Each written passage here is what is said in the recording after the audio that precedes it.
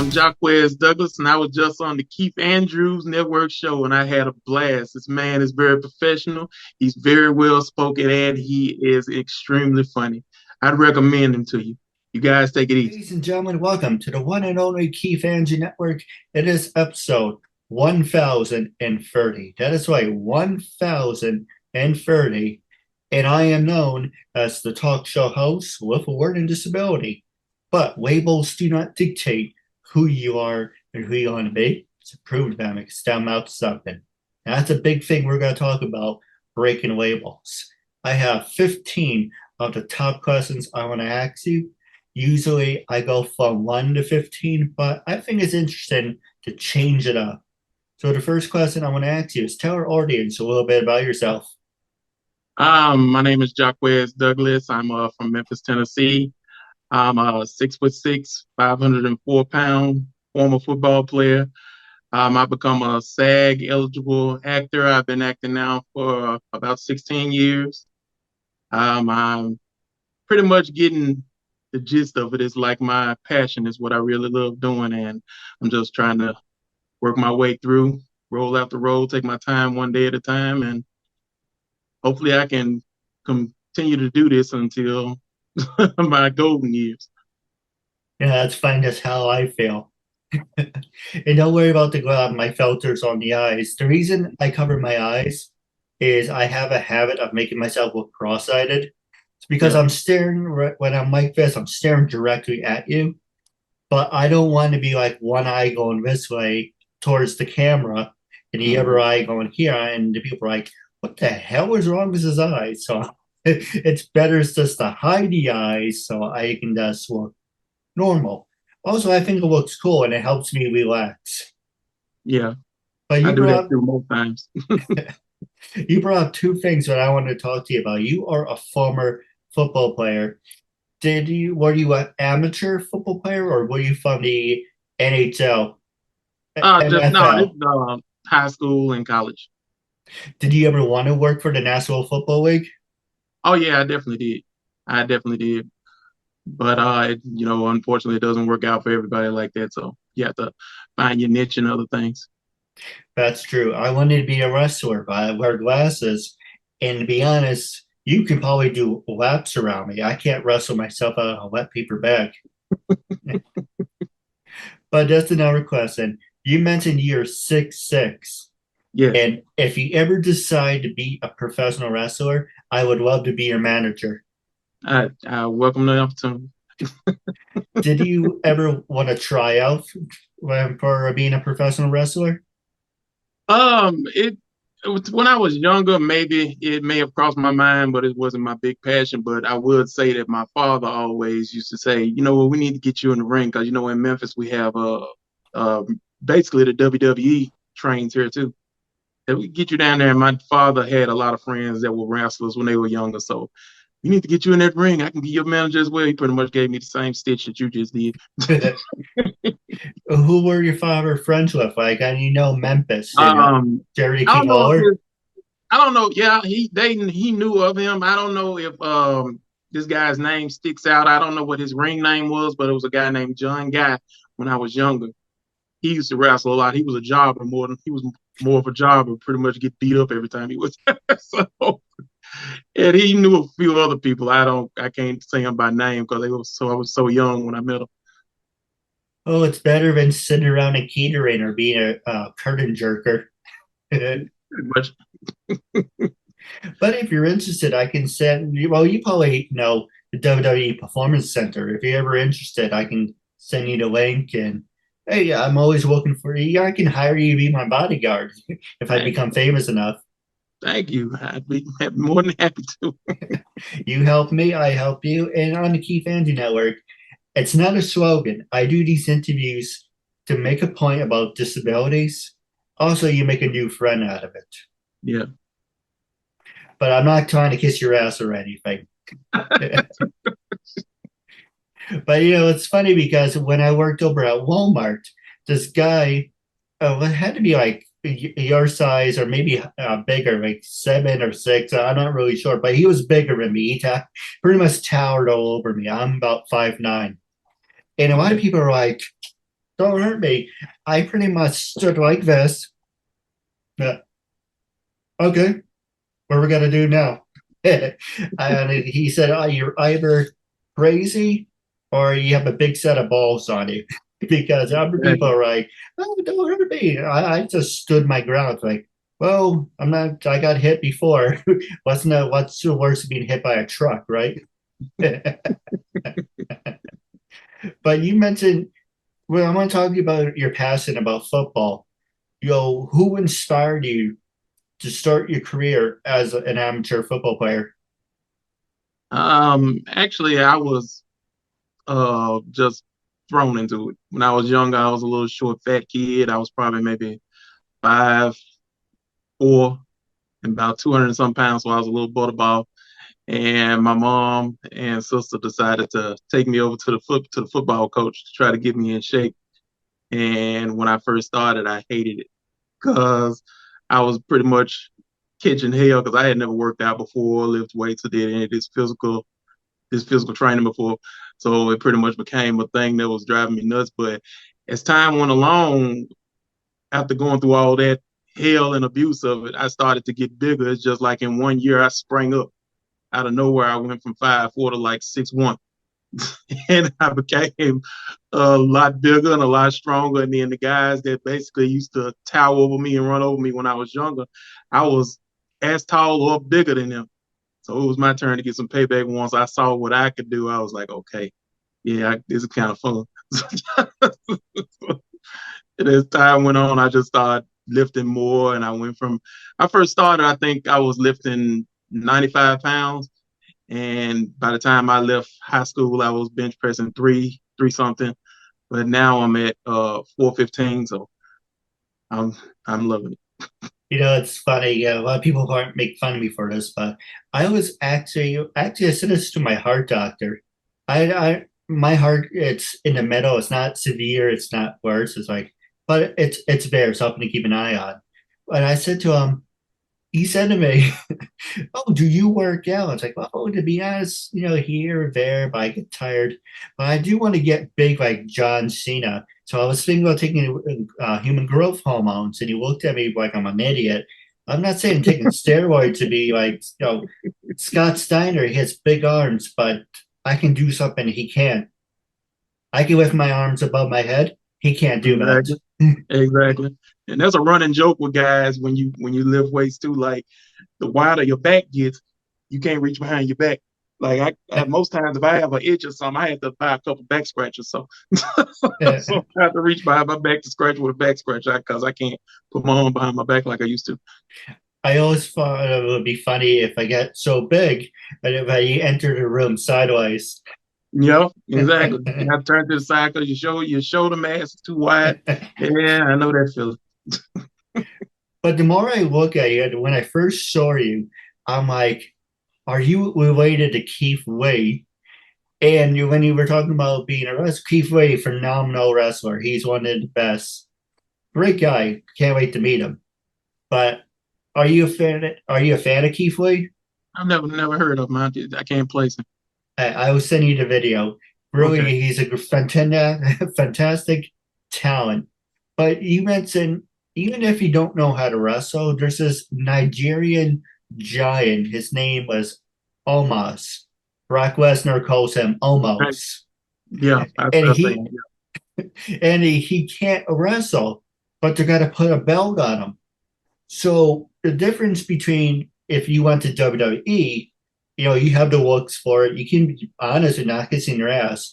You can be the next Keith Lee. You can be next Mark Henry. You don't need, do all these tricks and be athletic. You just need to get the audience behind you. And it's easy. If you go to AEW, it's different because that's more like pro wrestling.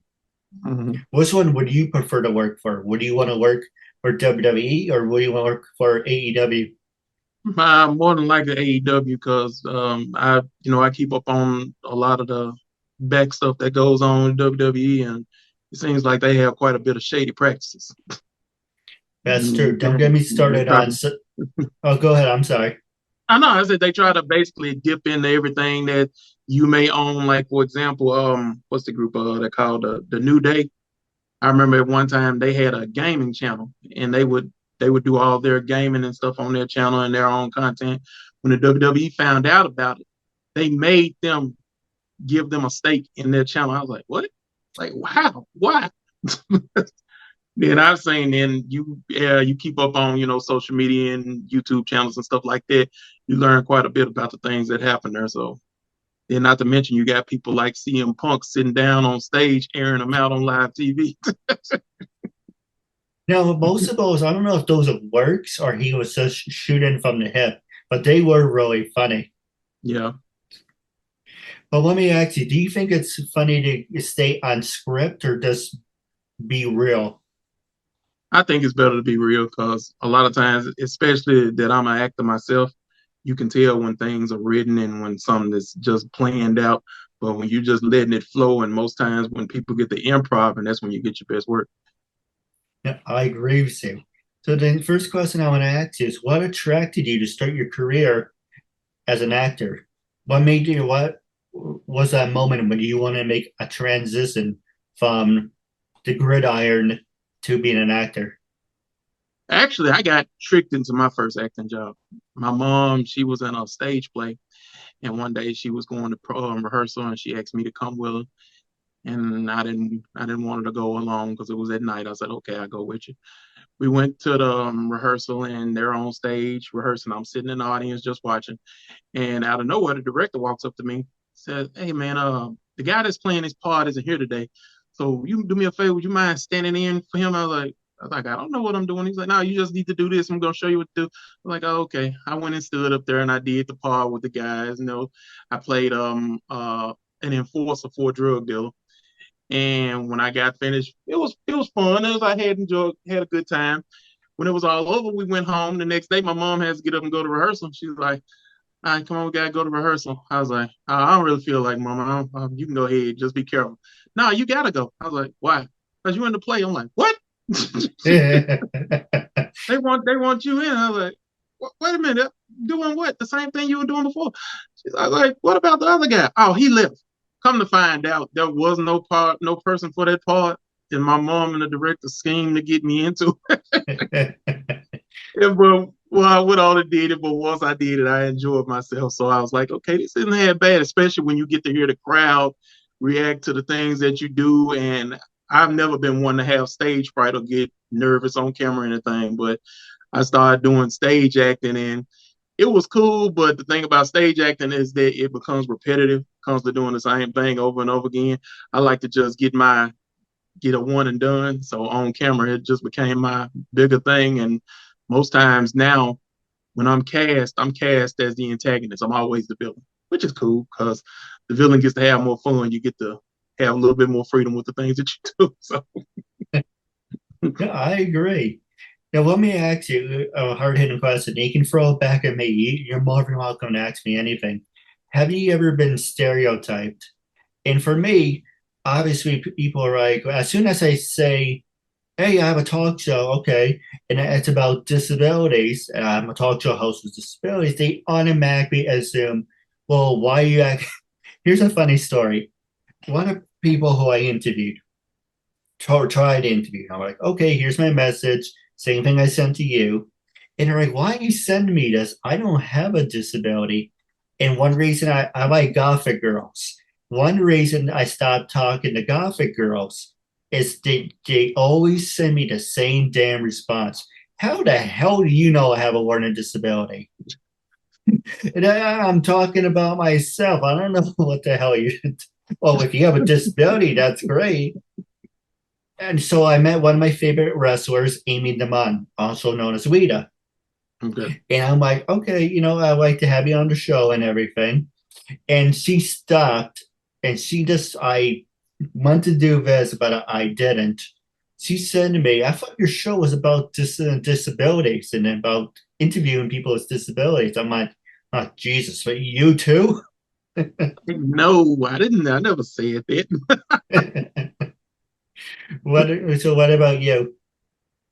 I maybe I have been, but the thing is, is being, I guess you could call this a stereotype, being my size.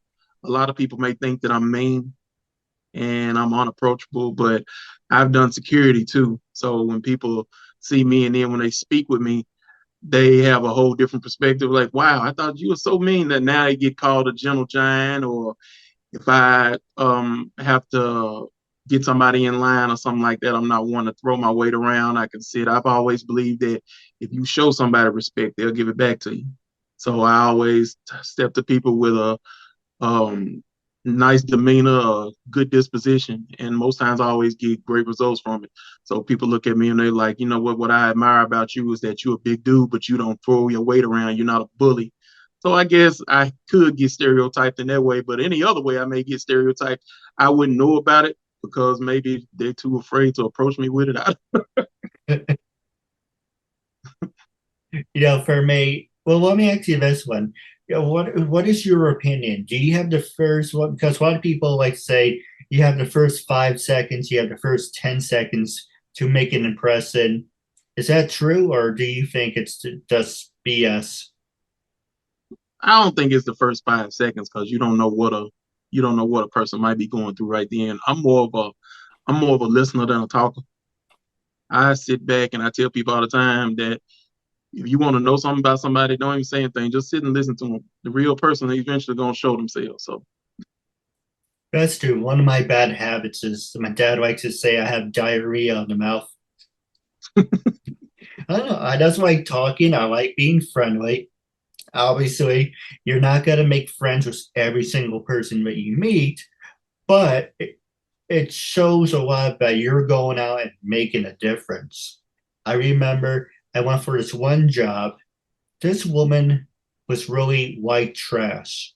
And what I mean by that, and not, well, you can talk about anything on the show, but the reason she was white trash is I went for a job interview.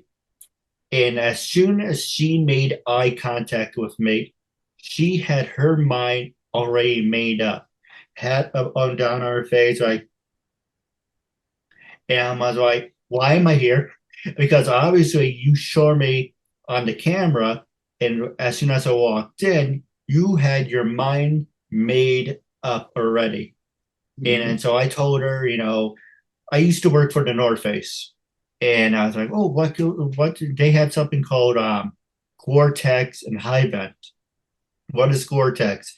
Gore-Tex is pretty much a material that's like waterproof. And okay. High Vent, it's North Face's own version of it. So because Gore-Tex, you're paying for the name. Obviously, you're paying for the name regardless. But North Face made their own variation of it. And she said to me, everything you just said to me was complete bullshit and it was false. And I took offense to that. Like, I worked here for 3 years and I told you everything that they told me. Well, they taught you wrong. I'm like, wow, this is the shortest interview I ever been on. So and she's like, okay, we'll be in contact. I ran out of the room so fast, I left vapor trails. But just the fact that I worked for a company for 3 years, well, and I left and I came back, and then have someone say to me, "They taught you wrong," and this everything you just said was wrong. It's kind of like it's like saying for you is saying you're how long have you been a football player? Um, about 7 years. It's like saying to you for 7 years, everything they taught you was horribly wrong. You would take offense to that. And it's kind of Exactly. like, well, where the hell do you get off? Or even if she does, not that type of show, but like, Yeah. where do you get off saying they taught me wrong? And it's people like talking out of both sides of their mouths. They like hearing themselves talk. My brother thinks I like hearing myself speak. I don't Mhm. like listening to myself speak. That's why I don't watch my old episodes. Because if I watch it, I'm like, should have did this, should have done that. Anyway, it's not about me, it's about you. But people are just mostly full of shit, if that makes any Yeah. sense. Exactly. So, what's the last 8 minutes? I'm going to pass it over to you. Was there anything you wanted to promote? talk about any funny stories, any funny pranks that you shared? Let me see. I know I have one story I always tell that I did to my younger brother. He's my cousin, but we call him my younger brother. I'll never forget. We were my other cousin. She was having her baby, so the entire family's at the hospital, and me and him were, well, he was too young to go up. So I stayed down with him. We're down in the waiting room. He decided he had to go to the restroom. It's like, okay. He went to the restroom. And while he was in there, I decided I wanted to mess with him. So while he's in the restroom, I decided I went in the bathroom and he's in there sitting on the toilet. And I grabbed the stall door like I was trying to open it. And I grabbed and shook it a little bit. He said, somebody's in here. I grabbed it again and I shook it some more. He said, somebody's in here. And I grabbed and I shook it real hard. Hey, somebody's in here. I shook it again. He screamed, hey, somebody's in here. Then I stopped shaking it and I took my hand, I slapped against the door. And you know, when you pull your hand against glass, it makes that whoop, whoop. So I made that. And then I walked around and I went back to the door. And when I went to the door, I hit the light switch, knocked it off. He went to scream, turn the lights back on. Turn the lights back on. And I didn't do it. I'm just sitting there listening with my hand over my mouth laughing. And out of nowhere, I can tell his little glow in the dark watch is coming toward me in the dark, and I can see it. And I wait right till he gets near the door, and I cut the lights on. And there he is standing there with his pants around his ankles looking at me. And I went to laughing at him. He pulled his pants up, grabbed the toilet roll, was throwing it at me. Luckily, we got done just in time because the moment we got finished, security came in. It's like, you guys can't be playing around here. We're like, we're not. But he hates when I tell that story, but everybody else loves it when I tell it. And you can tell the truth. You don't have to keep it PG. It can be uncensored too. Oh yeah. Most times sometimes I do curse, but a lot of times I've cut back on it a lot. But trust me, if you catch me at the right moment, I let it out. Well, I got a funny story if you want to hear it. Go ahead. I worked over at the North Face, and this is not North Face, sorry, Walmart. And this is when I got the COVID for the first time and a stomach virus at the same time. Or, okay, if we know you're sick, but we need you to come in. So I flipped the switch on the register. It's like, oh, what's the matter? I have to use the bathroom. Okay, can you cover? And it's like, okay, I'm walking the bathroom like a badass, and I'm like, walk it off, breathe. And I didn't know there's this African American guy behind me. And and that didn't even bother me because I had in my mind, make it to the stall or the sink. I can clean it up later. So I couldn't make it to either because they were both occupied. I grabbed the corner, spun myself around to the garbage and threw up. And you know what? Oh, fuck this. I don't have time for this. So he walked out to his wife, said, I thought you were using the bathroom. You have some crazy ass employee throwing up in the garbage can. There's shit on the floor. This place smells. But what made it worse is the manager came over, one of them, and he heard all this. Like, yeah, kind of knew that was Keith. Did you really have to throw up in the fucking garbage can? It's like that or the floor. But it was perfect. He said, oh, like I said, I can keep it PG if you want. But he said, oh, blank this. I don't have time for this. I couldn't time it. If it was meant to be a comedy skit, it would be perfect. Like his reaction, I didn't do it on purpose. But you know, that's the way of the world. All my managers. Moment you wish you could have got on tape. It's true. Yesterday we're celebrating my brother's birthday, and my mom tried to light the candles and she couldn't do it. So my sister's like, "Okay, let me do it." And I end up when she lighted the box of matches, the matches end up in the cake. So it's kind of like. But anyway, I try to have fun with everyone. Everyone thinks it is about disabilities because I'm turning myself into an example. But when you're on the show, you're having a great time, a great conversation. And as long as I'm making a good impression on you, that's all that really matters. Exactly. The last question I want to ask you is I want you to be brutally honest. When I first approached you to be a guest on my talk show, what made you say yes? How do you feel now? And would you recommend it to other people? Yes, I would recommend it to other people. How I felt at first. I basically, being the fact that I get contacted over social media so much, I'm weary of people. So what I do before I even approach them or I even respond, I'll look them up and try to see if I can see anything on them, see if this is a bot or is this a scammer or whatever. And after I looked up your page, I was like, okay. And then I saw that you had a show. I went on YouTube and looked at a few episodes. I was like, okay, well, he's legit. I said, and he seems like a pretty decent person. So yeah, I can have no problem with speaking with him. So yeah, that's how I felt. A lot of times I give everybody the benefit of the doubt, but unfortunately you have people out here that prey on that type of mentality. So you always have to watch your own back when you do those kind of things. So that's using my process of going through meeting anybody over the internet. You're absolutely right. And there's a wrestler, Ernest the Cat Miller. In his episode is a perfect example of how I can change someone going over real fast. He sat there like this with his glasses on, and I said, "Okay, we're gonna do this for a half hour." He said, "No, 3 minutes."